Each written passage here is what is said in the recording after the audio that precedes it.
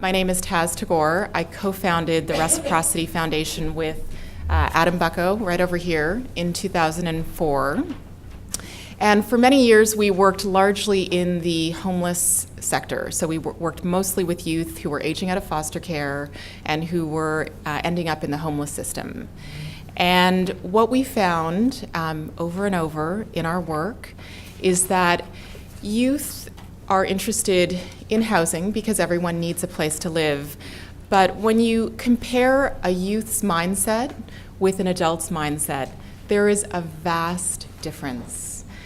Young people are interested in housing, sure, but they are much more interested in having a dream, an aspiration, a set of goals for themselves, something that really gets them to wake up in the morning and seize the day.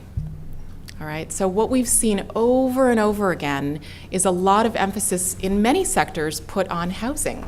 Right, you set up a housing model, you get the best apartments or the best facility that you can, you hire the caseworkers, and here you are ready to go. With adults, that may work, and in some cases it does, in some cases it doesn't. What we have found is that with young people, unless you're able to provide the kind of programming that's going to address the deeper needs that they have inside around their aspiration for themselves, around having a real motivation for what they can be in the world, and then also a little extra attention paid to the inner environment of a young person. We know how much a young person through foster care, through homelessness, through abandonment suffers. And we also know how few outlets there are for them to talk openly about how they felt at those key moments in their lives. And so at the Reciprocity Foundation, what we tried to do was to create a model that addressed all of those deeper needs that a young person had. Because we are privately funded, we did have a little bit more flexibility to be more innovative, to step outside the boundaries, to be able to provide care after a youth hits a certain age point, which I know is more of a challenge for many other agencies. And what we've done over the last 7 years is, what we feel has really broken apart a model that has existed for a very long time in our sector and introduced some new ideas around what it will take to help young people in our system to break the cycle of poverty for once and for all.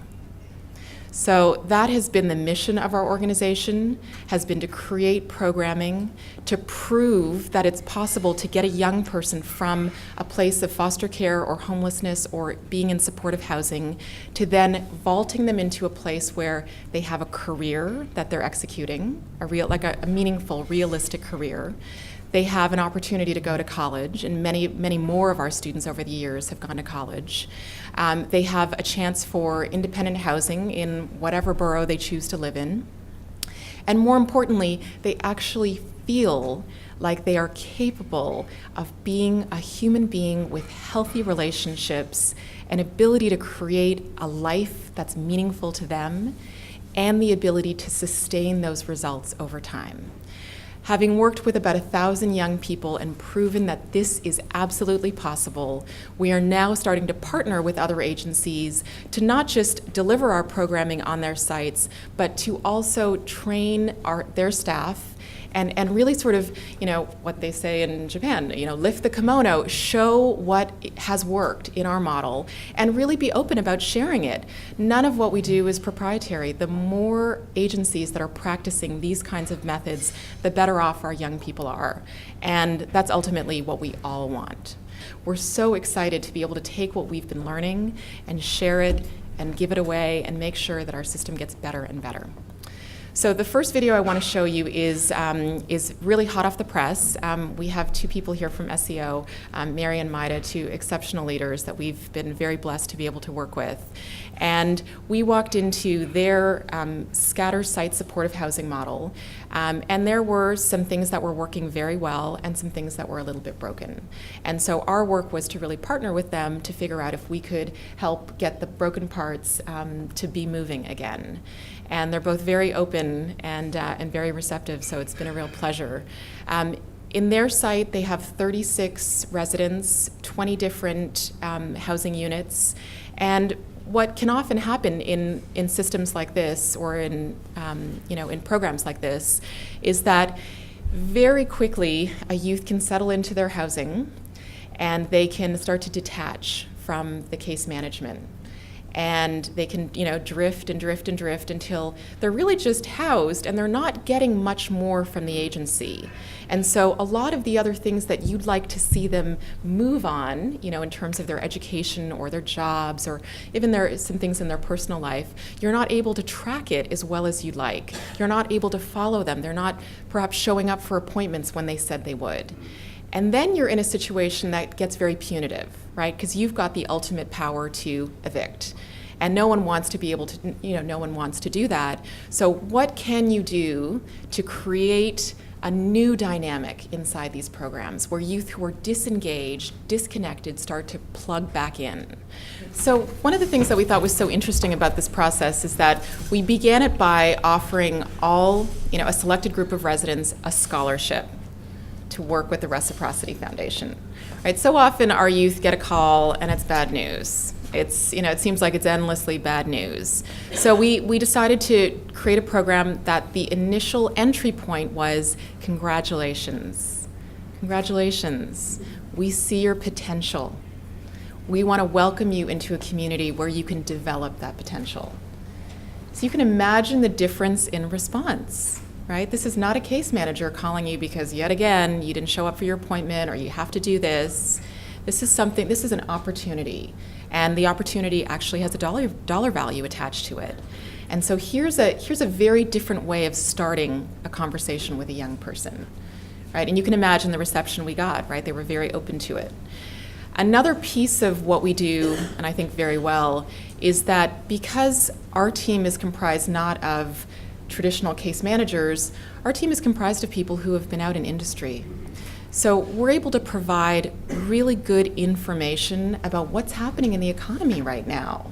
And a lot of young people are interested in media, they're interested in social media, film, some are interested in education and social work, but a lot of them really need people to do what their parents and their caregivers weren't able to do, which is to not just introduce them to the world of work in a deeper way, but to really give them a sense for what that process looks like, right? What does it look like? How do you start? Should I be frustrated that I'm working at McDonald's right now? Yes or no? Where is it leading to? How do I parlay each step in the journey into something that is leading somewhere that I want to go, right? So there's a big difference when you phrase the conversation in a very positive way, and then you really have people from industry, people who know the world of work in a deeper way, facilitating that conversation and providing the coaching. One of the big surprises was how much the residents so deeply wanted to know each other. And we, by accident, we forget about that they're young people. And getting them in a room where they're paired up and they're telling stories about their lives to each other, that was one of the most meaningful. We actually had a student come up to us at the end and say, that was one of the most meaningful Saturdays I've ever had. Thank you. And they were trading numbers and texting each other. They all live close by, and yet they never see each other. So what about helping to connect them so that they have meaningful relationships with their peers who are also trying to advance their lives? Right? The isolation, especially when it's scatter site, it's a very deep problem, but it can also happen on congregate sites. We've seen that with in our work with Covenant House. Everyone lives in the same building, and yet it took a retreat upstate to get everyone to trust each other, like each other, know that they had each other's backs.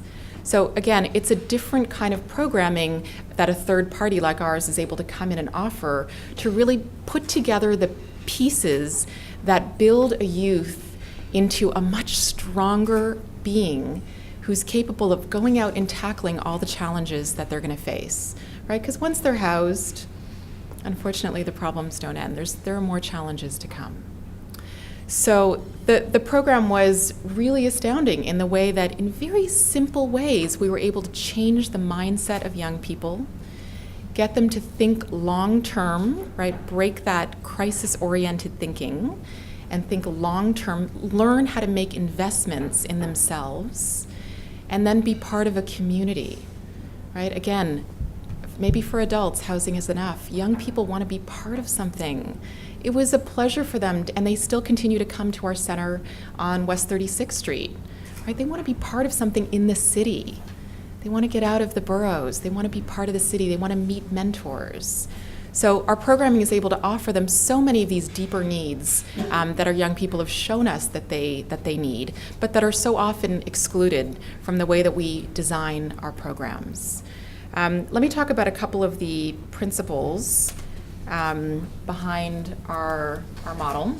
Our first principle is that everyone we meet, with no exception, every young person we meet, with no exception, is a future leader.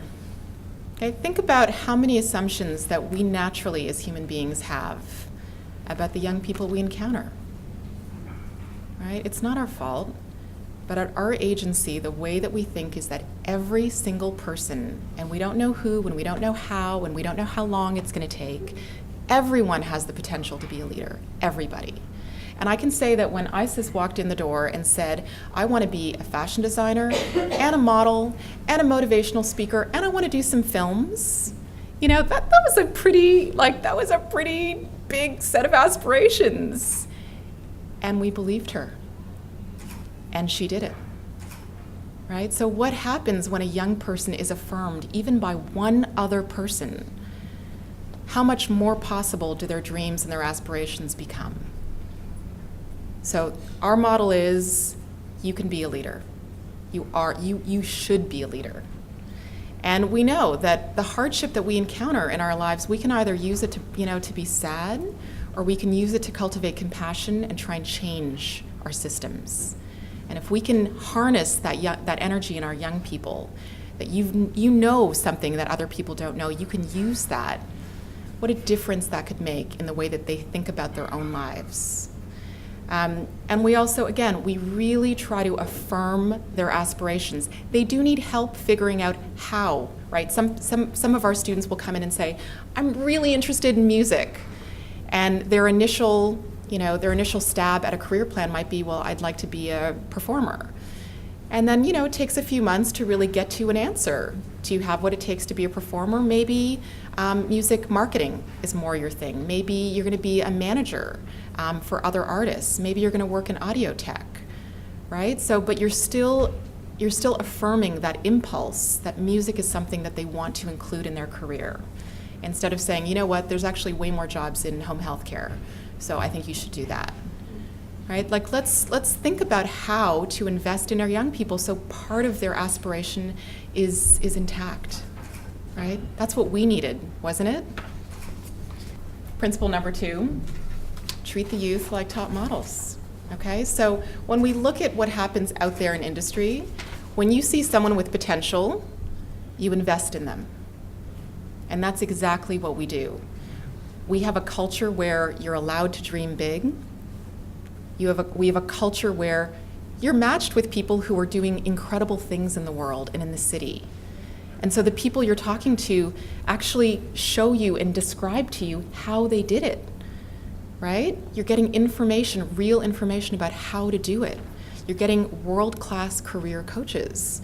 We don't create Olympic athletes by, putting some random person, with a gifted athlete and saying, go for it. We have to bring to bear the best of our city. We've got a lot of resources in this city, and one of the things that Reciprocity does really well is we bring lots of mentors, lots of coaches in. We don't hire them, they come and volunteer, and we say, it's your turn to cultivate the next generation of leaders. Get in here and do some giving, do some coaching, and we really try and bring in the best. Right? So we're treating them like Olympic athletes. We're saying, you can do it, and we're going to bring in the best resources we can to support it. And then the last piece is that instead of trying to do a one-size-fits-all, which I know there are so many young people in need, and sometimes we are tempted to do a one-size-fits-all program, but we do invest in customizing the programming. So if you're interested in healthcare, you're interested in music, you're interested in fashion, you're interested in IT, We really try and get you the resources that you need for each of your individual dreams to be validated. So that's the second piece. And then the third piece is that we work with the whole person. When we look at ourselves, we know that for us to be our best, we need every part of us engaged, right? We're not just a mind dragging around a body. We're a mind, body, and spirit, right? And so when we start to do body work with our youth, it's putting them in touch with their spirit.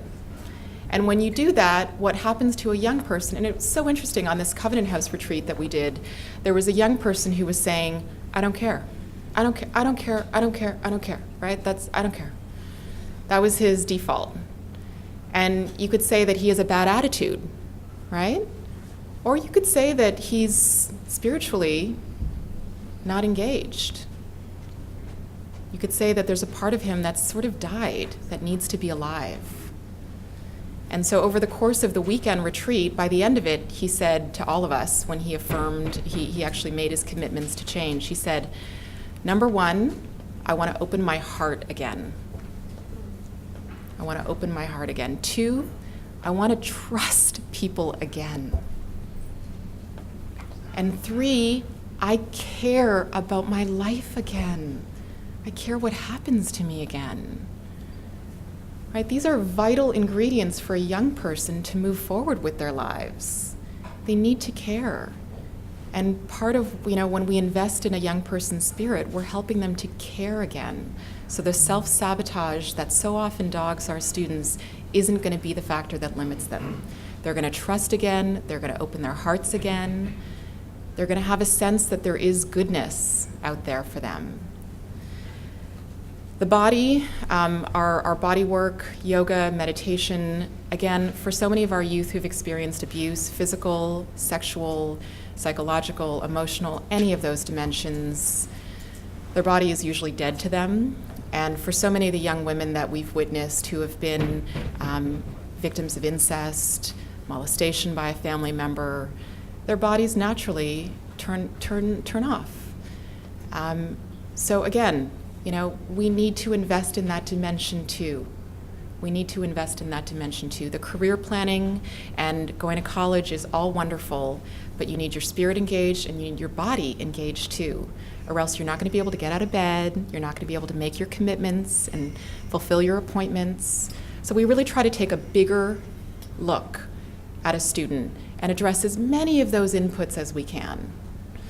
I'm going to show you just a quick video about one of the retreats that we ran. It was much smaller. The one we did with Covenant House was, it was 12 young people and 3 staff.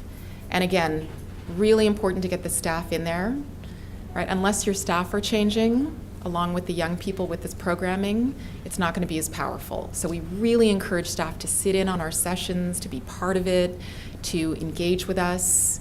You can see for yourselves, we forget that our young people need connection, they need affection, they need peace.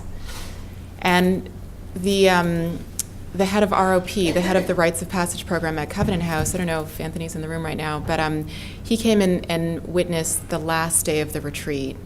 And at the end of it, he said, every resident at Covenant House will now go on retreat with you guys, everyone. It will now become mandatory. So we're working on a plan to make that happen. It's not all going to be weekend retreats. Some of it might be a one day or an overnight with 2 days.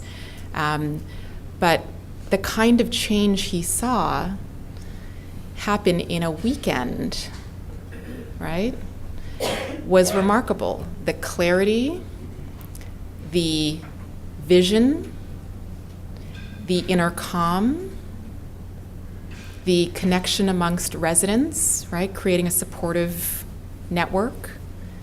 And just to let you know, out of those 5 students who were on retreat, 5 of them had pretty lofty goals, right?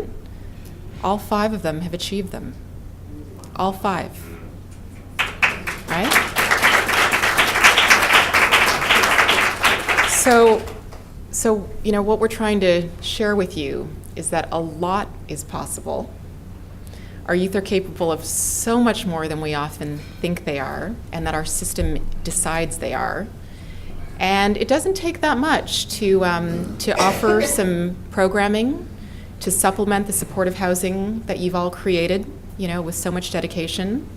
It doesn't take a lot to get some staff training in. We lead staff training sessions either on-site or on our site. We can help design programming that you can either create and sustain, or that we can help you design and sustain. So there are lots of different ways to do it, but what Adam and I feel very strongly and very clearly is that housing is not enough. It's just not enough. You have to figure out how to engage the youth, how to get them to invest in the long term, how to connect with each other, and how to be part of a much deeper and more aspirational culture. When you're able to do those things, the results are remarkable. We have 1,000 students and incredible data. It is possible. So let me hand it over to Isis so that she can talk about how she did it and her perspective as a youth.